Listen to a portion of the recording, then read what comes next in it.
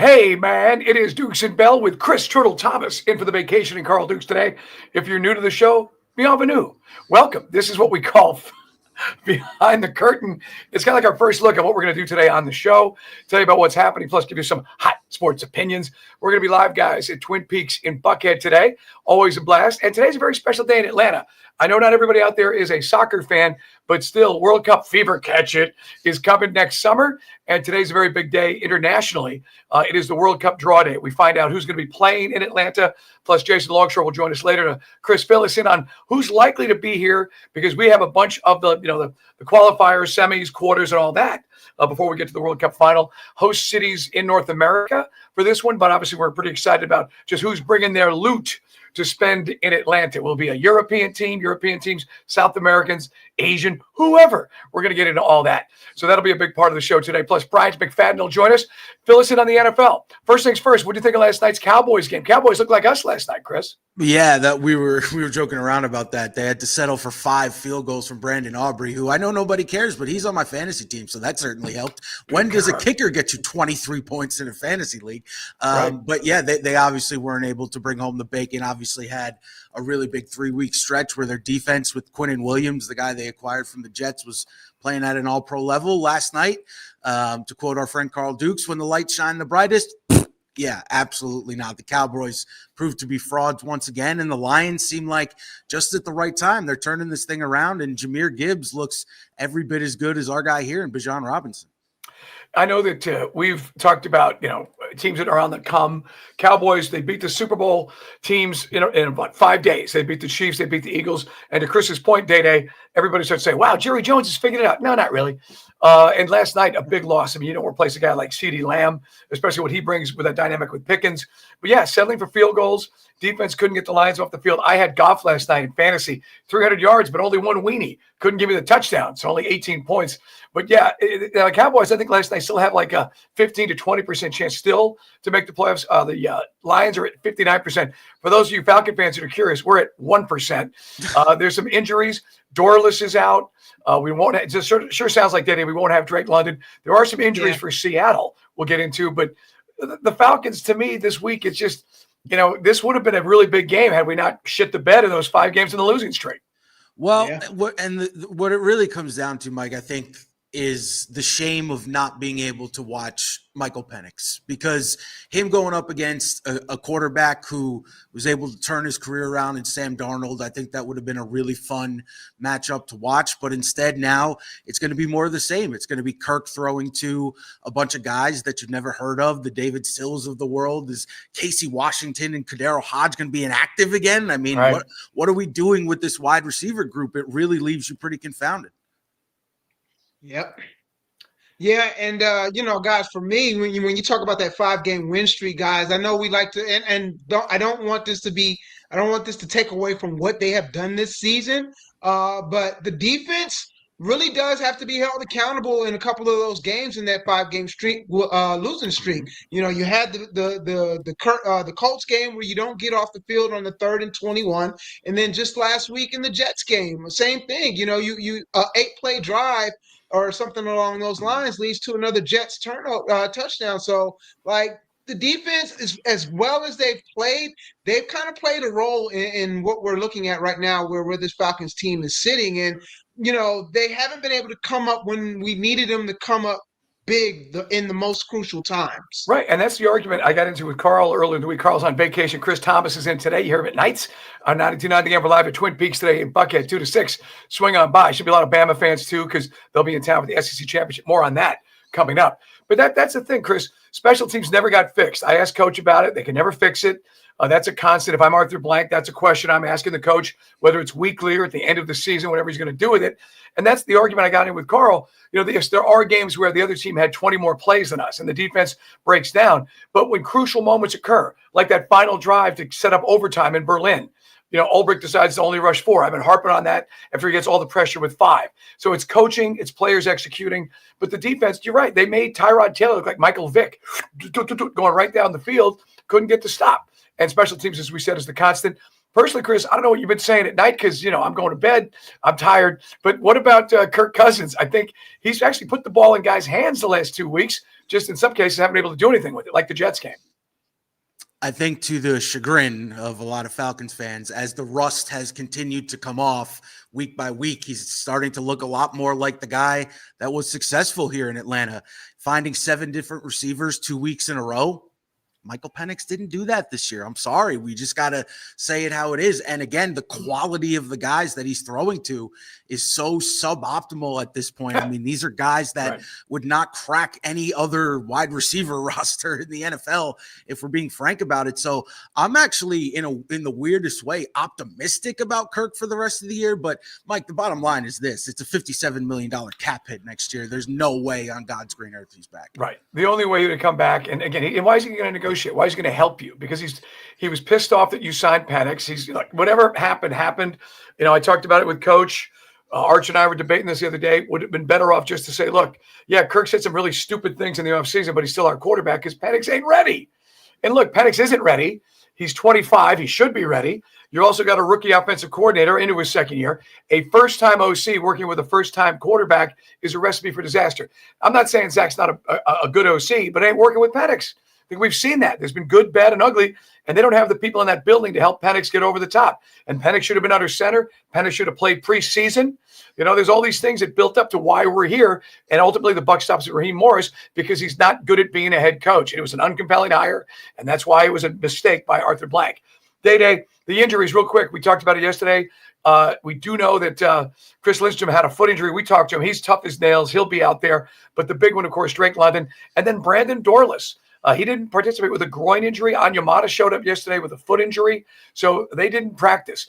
That's going to be interesting. Seattle's got some injuries in their own in the run game. I know Jigba's been a little bit banged up. But that's a team that, for me, it's more about how do we protect Kirk Cousins? This is a ferocious front seven that, Michael McDonald, he interviewed with this team 2 years ago. We passed, and he's doing some pretty good things in Seattle. You worried about protecting Cousins? Can we establish the run? These guys are really good day against the run as well.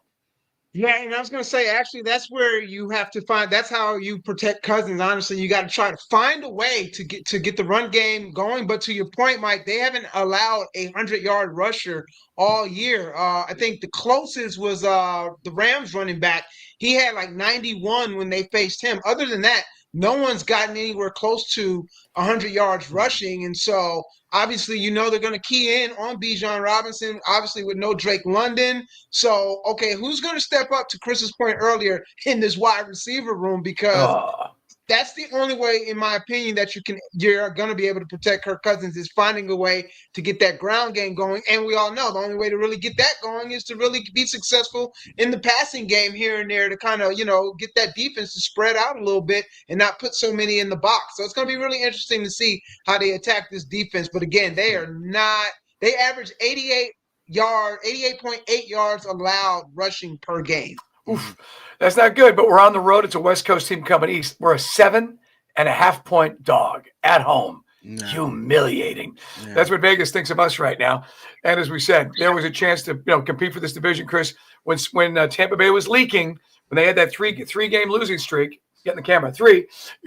Unfortunately, we couldn't capitalize. And at this point, it would take an act of God really to get us in the playoffs. All right, you see the lid. It's SEC championship weekend, electric atmosphere. Everything that you're going to see tomorrow at Mercedes-Benz at 4:00, you won't see Sunday. All the noise, all the action, all the enthusiasm, everybody in their seats, everybody going bananas. Enjoy that, because it's going to be the polar opposite against Seattle on Sunday. But that's what happens when you are what you are. We're a bad football team. We're 4-8. That's why we're a 7.5-point dog. Injuries, Chris, what have you been saying at night about Drew Bobo and how they handle that front, especially the nose tackle, who's going to get after it for Alabama? And it just seems like Georgia, credit to Georgia Tech. I don't know if they went ultra conservative or you say credit and hats off to Georgia Tech, but the game plan last week was kind of, ugly for the Dogs.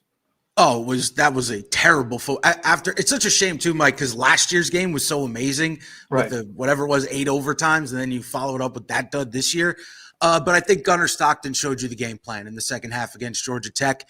It's going to be on him to use his legs, to get outside the pocket, to not be involved in that center guard mix where, like you said, they're going to be able to take advantage of the fact that you're missing a really good player in your starting center in Drew Bobo. So it's going to be the Gunnar Stockton show, in my opinion. He's going to have to use his legs. He's going to have to get creative with the offense. Him and Bobo are going to have to be on the same page. And maybe, you know, one of these wide receivers is going to have to step up and have a huge game. I think one thing that we've seen from Georgia's offense, it's consistent, but it's not very explosive. It's nowhere near as explosive as we think it should be. There have been some games where we've seen Gunnar Stockton throw for 3+, but it's been mostly a mixed bag on offense in terms of explosive plays. If he can get outside the pocket and he can shoot it down the field a little bit, I think that's your best chance on offense, because a lot of the dink and dunk stuff that they like to do to the tight ends, I think because of the injury to Bobo, that might not be there, along with having to manage the running game. When your center's out, he's the play caller, he identifies the defense. That's going to be a big deal. So if they can't run the ball, gunner all day long. We've talked about, you know, their nose tackle. We talked about, you know, they also get some guys that are out. The young stud LT Overton, Day. That's the guy that blew up the cash play right against the rookie offensive lineman on that 4th down. I love Bobo this year. I'm not killing Bobo. There were like 3 moments in that Bama game I did not like the play calls, but the defense. Remember, Day defense shuts down Alabama in the second half, and as we know, the defense has gotten exponentially better over the course of the season. So, what do you think? I mean, 2.5-point favorite for, I mean, is Kirby going to snap this thing, man? He's not beaten Alabama in the SEC championship. Yeah, I mean, listen, I think one thing we have seen from Georgia is that in the big moments, in the big games, they've proven that they can go toe-to-toe with everyone, from what we saw early in the season against Tennessee to what we saw in the win over Ole Miss, the Florida game. Even though the Alabama game was a loss, to your point, like you said, they turned things around defensively and shut that defense down. I mean, shut that Alabama offense down pretty much in the second half. Unfortunately for them, they were kind of playing from behind. But we've seen their ability to be able to go toe-to-toe with no matter who it is. And to Chris's point from earlier, we've also seen them be able to have some explosive plays. They just haven't been able to do it, you know, on a consistent basis throughout a game. So I think the key is going to be Georgia finding a way to control the tempo of the game with the look. They got one of the best running back rooms in the country. Now I think they're going to be without the young guy Bo Walker, which and Jam Miller's questionable. Jam Miller's questionable out for Alabama, right? So Georgia can really just take control in the ground game. I think this is a game they're going to be all right. That 2.5, it does scare me. I ain't gonna lie, but I think they can cover it. Hey, man, if you missed our interview with Barbara Dula, she kind of gave a little insight into maybe just how serious the injury is for Drew Bobo. Rewind on the Odyssey app and check that out.